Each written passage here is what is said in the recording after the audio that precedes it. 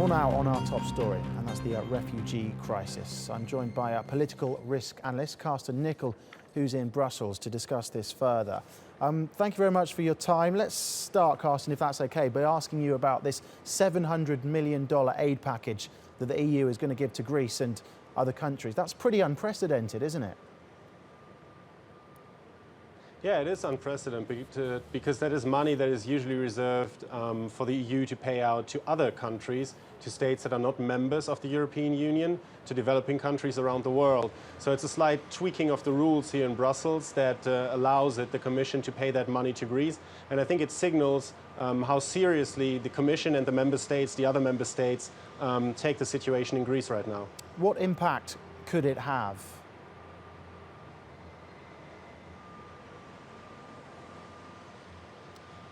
Carsten, if you can still hear me, I was just wondering what impact that $700 million of aid could have, if you can still hear me.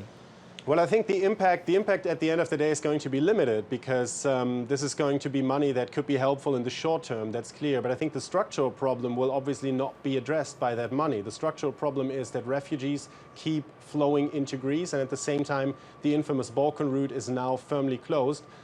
These migrants and refugees cannot travel on to Northwest Europe, to the countries they want to reach. So unless you resolve that problem, however much money you spend on Greece is not going to significantly help the situation on the ground.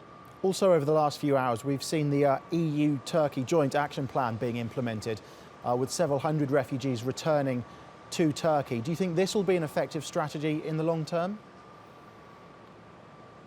Well, it is certainly the strategy that German Chancellor Angela Merkel is betting on, because she's under a lot of pressure domestically as well.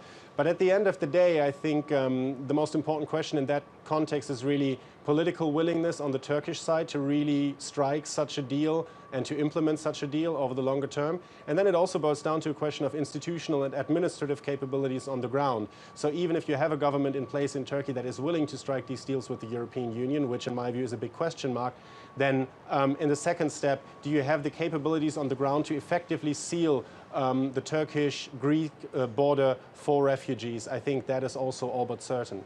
So those refugees who are sent back then to Turkey, what is likely to happen to them? Well, I think the main takeaway, so to speak, for those migrants and refugees is that the Balkan route is closed. So that means that Turkey and Greece right now are turning into the places where these refugees get stuck.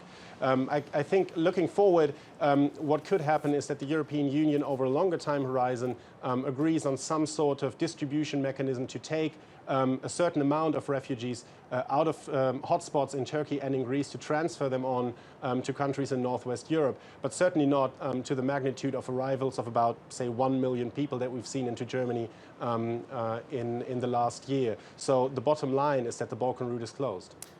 The 300 that were sent back to Turkey, they were failed asylum seekers in the European Union. Why is it not possible for the EU to send them back to their country of origin directly? Why do they have to go back through Turkey? Well, there are huge efforts being made right now. If you look at the German side, for instance, the Interior Minister has been touring Maghreb states over the last couple of days, trying to arrange deals with local governments there. But again, it's kind of the same situation that you face as you face it in negotiations between the EU and Turkey. It's a mix of lack of political willingness, that's point one. So what do these governments on the ground actually have to gain from striking deals with the EU? And point two, institutional and administrative capabilities. If you have a government that is willing to strike deals with the EU, are they actually able to follow through on it?